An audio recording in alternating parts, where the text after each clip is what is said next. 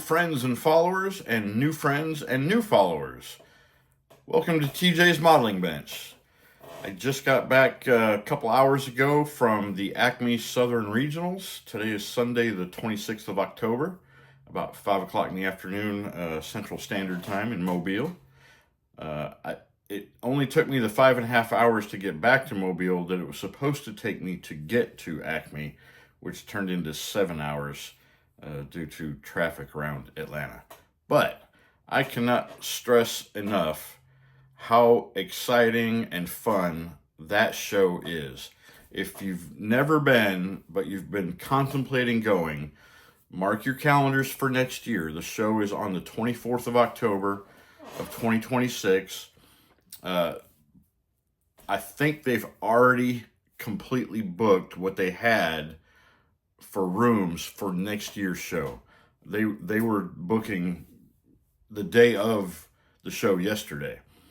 So I'm sure they may expand a block more of rooms later, but as of right now, they are already booked.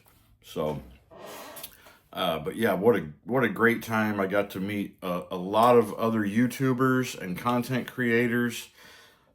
Several of them I did know, and a few that were new to me. So we'll get to that here in a second. I did some shopping while I was there. You can see this big Duesenberg behind me. The Duesenberg itself was on my list of things to get while I was there. I wasn't necessarily going to buy a 1/16 scale, but when I saw this and what he was asking for it, I couldn't turn it down. So we got this one. And in the raffle, I was able to win this one. It's a curbside. And I don't know how many of you follow Hobby Dude 007, Mark Batson, who, by the way, wasn't able to make this year's show. He had to cancel kind of last minute due to some family situation. But he, earlier last week, suggested that perhaps for 2026, all of the content creators could build their shop vehicle. You know, a few of them have done it in the past. Mark actually has done it in the past with his. Most of them use a panel van or some kind of truck of sorts. But I kind of like the idea of maybe using this for my shop vehicle. So stay tuned this year, and we'll see which direction that goes. And I also picked up another kit, and this is my first pyro kit. And this is the cord. So Auburn, Cord, and Duesenberg were all built in Indiana. And the Auburn Cord Duesenberg Museum is just northeast of Fort Wayne, maybe 35, 40 minutes drive, if that. Even though I grew up there, I've never actually been to the museum. I've been there one year. Well, I think they still do it every year. They do a giant car auction, kind of like the Mecum auctions. And I was there for that 1 year and saw things I didn't even know existed. So both of those are going to get built in the next 8 months, 10 months for the Nationals in Fort Wayne next year, for IPMS Nationals. And before I left, I did manage to finish my Tommy Ivo Dragster. I took it, even though it's really not show worthy. It's okay. There's long decals that go along where the seam of the top and bottom halves are that are very similar to what's on the wing and the top deck of the rear end. I had one of them twist and break on me, and I thought, you know what, forget it. I'm not fighting it. So neither of those decals put on. And then here, where you can see like Valvoline, Goodyear, and whatnot, there's actually words in between those, and they're in a red that almost disappears on the red car. I have downloaded some photos on the internet of the real car, and to me, it looked more red than orange. So I thought using this mica red was going to work out really good. And then I laid those decals on and went, uh-oh, can't see that too well. So I didn't win any awards with the stuff I took, but I wasn't really expecting to either, so I'm not heartbroken by any of that. There were a few surprises, though. I don't know if any of you follow Craig from Craig's Corner up in Michigan. He won a top 10 with his Bigfoot, I think it's Bigfoot 6. That was impressive. He was floored. He did not expect that at all. So congratulations to Craig. There were a few others. I'm trying to remember. Most of the top 10 people are guys that usually finish in top 10, so it's not a big surprise to see most of them up there. Old Tom was there, and he did win an award with his. He only brought the one vehicle, and it got a top 10, and that was really cool to see.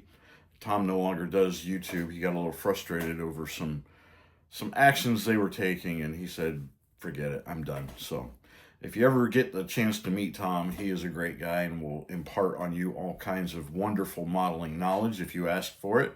And I did, and thank you, Tom. What else? I got a bunch of shop cards. Shop cards and stickers. So Harvey Keeler, I met him last year at Acme. He doesn't do YouTube, but he does model. Harvey's Hot Rods and Model Cars, that's his card. And then he also gave me this sticker. So that'll go on the bench top. And then the bearded guy, Jeff Lawless. Yeah, the bearded guy, Jeff Lawless. Met him and got his shop card as well as a sticker. I think Mark Batson and he might know each other pretty well, you know. Hippie dude and the bearded guy. And then Irvin Arter from the Arter Rake, his channel on YouTube. I got his shop card and met him. Spent a little time around him. He also gave me a sticker that'll go on the bench. And I also got the Got Fuels Model Car Garage, Brian Burwell. And he actually won a top 10. And I think he was a little surprised by it as well. He showed us a couple of cars the night before competition. I say competition. It really isn't a competition. It's really a show. But they do hand out awards for some of the top 10 stuff. And a best in show. And then there was a new one this year. What do they call it? The Excellence in Modeling and Craftsmanship or something to that effect. And that was a new award given out this year. But Brian, he did one. I can't remember what model of car it is. But he did this marble effect on it. So it's black, like with this gold marble through it. Was just killer awesome. But that one didn't win. One of his other cars actually won. So I was happy for him. He was shocked. So good job on you, Brian. And then our buddy on Thursday nights from the AMC Live, Bruce's Eclectic-World. Old Bruce was there. Got to meet him finally. So we got his card. And then Half-Ass Model Garage. And for some reason off the top of my head, I can't recall his name. But we got Half-Ass Model Garage. We got his card. I apologize. I will look you up and give you a shout out online here soon. And then SJ's Lottery Models. This was a newer guy there. I don't even know that he put anything on the table for sure. He might have, but he's really new, and he had the shop card to give, so that was cool. Thank you. And Rick Zink from Scale Auto Restoration, met him, and he always gives out, I don't know if you might be able to see him up there, right there, the skeleton. He always hands out skeletons instead of stickers with his shop cards. So thank you, Rick. And then another gentleman I met this year, left-handed models. And I like the way he does his shop card. It's got the longer view this way. Some cool cars there. And then on the back side, he's got paddle wheeler, Sopwith, tank, and another, I guess, what is that? Well, I'm like I said, I'm not a great car guy, so I don't really know, but maybe a Cadillac, I don't know. But yeah, it was great to meet him. I think he came down from, I think he came down from Indiana, but I could be wrong about that. Anyway, but he also gave a sticker. I like that idea. Left-handed model, so that was cool. All right, and then for IPMS's Nationals next year in 26, they actually had a booth and a couple of people there representing Fort Wayne's chapter of IPMS, and they were handing out a brochure. So we got that August 5th through 8th, 2026. Mark your calendars, and a lot of useful information on area attractions and things to do while you're there. So, you know, with the event being 4 days, you can probably take an afternoon or a morning and go see some of the other things in the Fort Wayne region and area. You know, I lived there till I was 18. I graduated high school and then went into the service 3 weeks after graduation. And I have never lived there since. And it's kind of weird. As a kid, I guess I just didn't think Fort Wayne was anything to really, you know, be excited about. It's not like it's Miami or LA or St. Louis or Kansas City. But as I've gotten older and lived away from there, I get nostalgic every now and then, but I've also learned that there is a lot of history in Fort Wayne that I always kind of took for granted. And there are a lot of things to see and do. So I encourage you, if you're going to IPMS Nationals next year, be sure to plot some time so you can get out and see some of the other exciting things in the Fort Wayne area.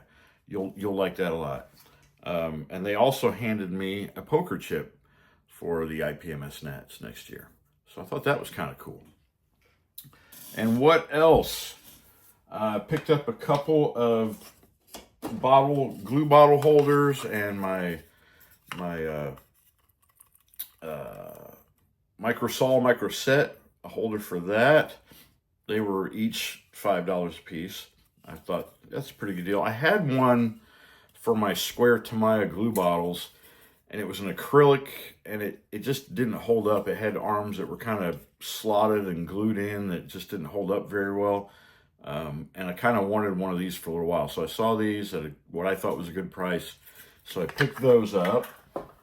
Another modeler there, and again, I cannot remember his name, but he was very gracious and gifted me these safety, or I'm reading safety glasses on it, these sprue cutters. So yeah, thank you, sir. Those will get used as well. I also bought some Novus polish, and I actually bought this at the Hobbytown, USA, which is about 20 miles south of Cartersville, but it is, from my understanding, it is the largest Hobbytown, USA in the nation. So I went there just to, you know, see what it was all about. And it was pretty good. They also had a lot of like children's toy kind of stuff. They had a huge display of Gundam models, the cars and planes, and it was pretty good, but I think lacking in comparison to the Gundam stuff. The Gundam stuff has really taken over, but I picked that up there. There were the vendors at this show, if you haven't been there, take up probably 2/3 to 3/4 of the showroom space that they rent out. I mean, there's everything. There were vendors there from California. So if you were looking for something that you couldn't find anywhere else, more than likely you would have been able to find it there. So I got some 3D printed subwoofers and amps. That'll go into a future build. And those, I don't remember what vendor that was from. It wasn't one that I was familiar with. and he does not have an online presence, so he only sells at shows. So he didn't have a whole lot there, but when I saw these, I was kind of intrigued. So those will get used. I also bought some wheels, tires. These are Plastic Performance products, which I've used some of their wheels before. But these are for asphalt modified race cars. And if you'll remember, I am in the group build for the Saturday night short track that Jason over at Blue X Models is sponsoring. So these will get used on at least one of the 2 cars I have. I haven't fully decided if I'm building both of those cars for that, but I'm kind of leaning in that direction. So I've got the 37 Chevy modified, and I've also got the 34 Slammer modified. So I think I'm going to do both of those and possibly do them in a diorama scene. So stay tuned for that as well. And our good buddy Matthew Inman at MCB Products, I bought a a good handful or 2 selection of different items that, you know, not wheels and tires. Well, I guess I did get 1 wheels and tire set, but a lot of other little things that I wanted to add to my 3D stash, if you will. You know, so I've got some slapper bars. We've got brake master cylinders. What else have we got here? These are fuel filters, if I'm not mistaken. And then some wire. And I can't recall what he was advertising the wire to be used for, but it's wire. What do you think it's going to be used for? Okay. Oh, dropped one. Steering wheels. He's got this cool pack of 6 different wheels. So I've got that. What are these? Huh. Oh, I think these might be... No, they're not coil packs. Gosh, I don't know. I'll figure it out later. And a battery. But it's the battery that's also got the terminals that go with it. I just think it looks more scale than most of the stuff I've seen. And then we also got some brakes, the brake discs and the calipers that go with them. And I bought some more of the 15-inch slotted wheels on BFGs. And these are 8-inch fronts, 13-inch rear. These might get used on one of my vans. So we'll see about that. And what did I drop here? Oh. Some more brake pads and calipers. And if I'm not mistaken, there were 2 sizes. There's a smaller one and a larger one. Is that right? Yeah, they are. One's a larger and one's a smaller. But you get 4 of each in the pack. So this is the larger, this is smaller. So that was another purchase that was kind of on my list, was to buy a bunch of little things like that I could add to the stash. And I do believe that is it for the Acme update. Now, a week or so, maybe 2 weeks ago now, Jason Klein at KRD Race Designs, he posed a community question about how do you organize before building your next build, your next kit. And right now, my shop is a bit of a mess. I do try to stay fairly well organized. So I have a couple of these different tubs with the individual containers in them. And I will break down, what I was doing was breaking down the kit by sub-assemblies. But I know a few others, Papa at Papa's Model Workshop, he separates them by color call out. And I think I might start doing that. I think that might actually work a little better than the way I was doing it. So I've got a few of these that I can get. I think I can do 3 kits at a time this way. And then, of course, some of the other stuff you've seen on the bench top. But, you know, my tool holders. And I'd actually like to get another one of those. I might do that soon. something that is in the corner of the shot here that you might or might not see. This mesh thing, it's actually for like in the office, secretary's desk. You can put whatever copy there that you're trying to write. And it's got these little round magnets that hold your copy and it doesn't fall over. So it's a great way to keep your instructions in front of you and off the benchtop and out of your way that way. And I think in a past video, I've probably showed you my stand for my paint booth area. I'll tell you what, hang on a second. Let's just take this off. Okay, so there is my cart that has all my painting supplies on it, even brush painting. I've got a holder there on the top back that has different brushes in it. All my thinners and isopropyl alcohol are on top.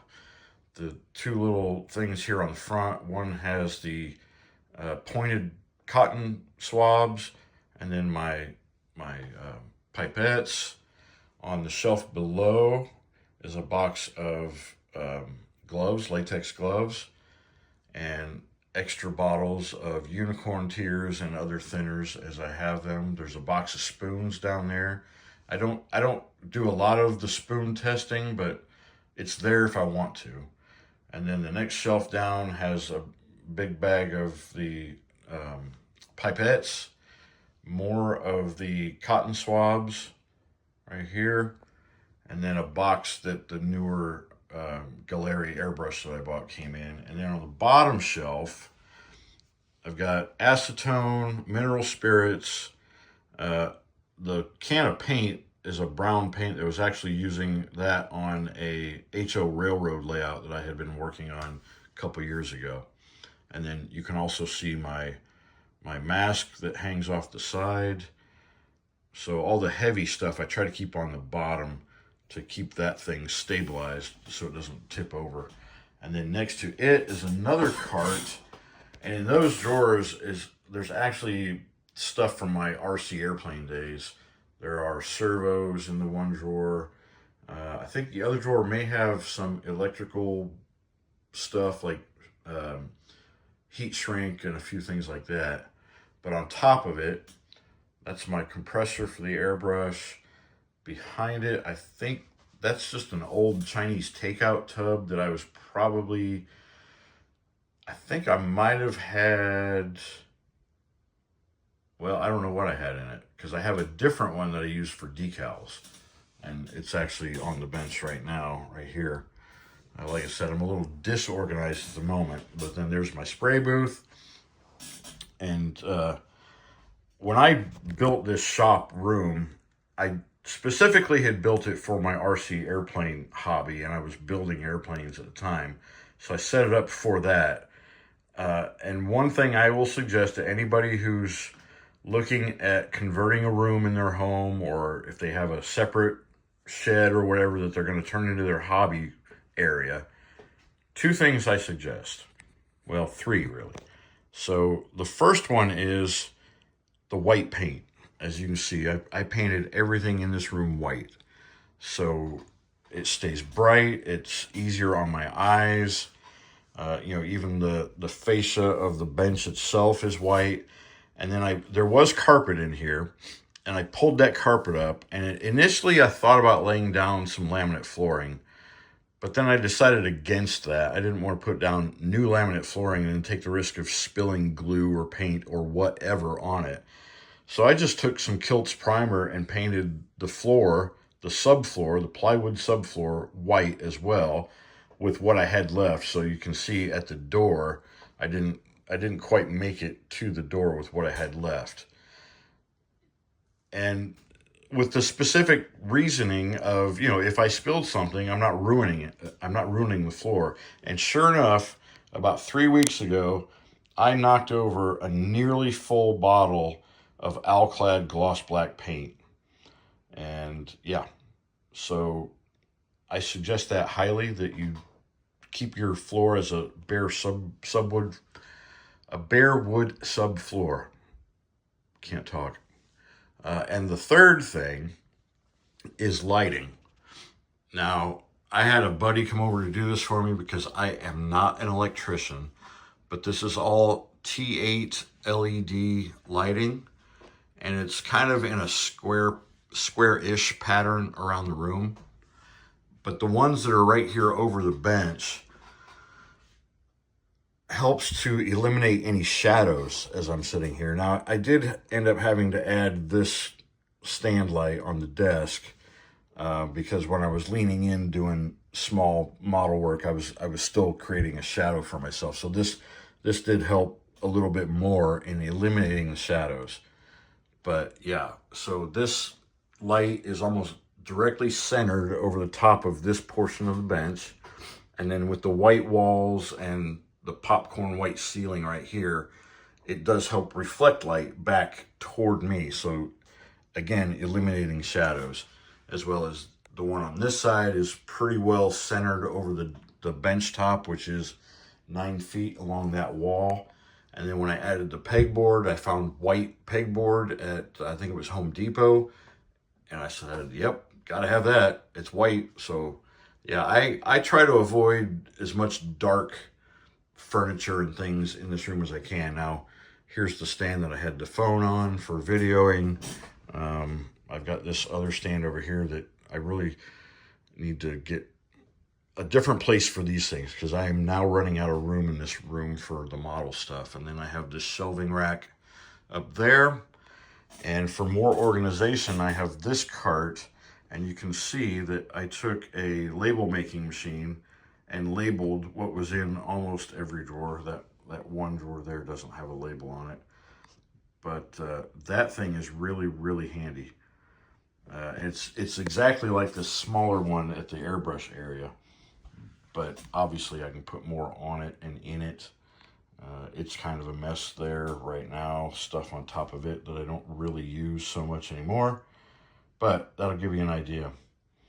So that'll wrap things up for this week. If I didn't meet you at the show and you were there, I apologize. Next time, maybe I'll see you at another show maybe. And I'm not real sure how many shows in the coming year I'm going to get to. Last year I did the Hope It Don't Snow show in January. And I believe it's January 17th this year. But then there's also JaxCon in Jacksonville, Florida. I think that one is the first week in February.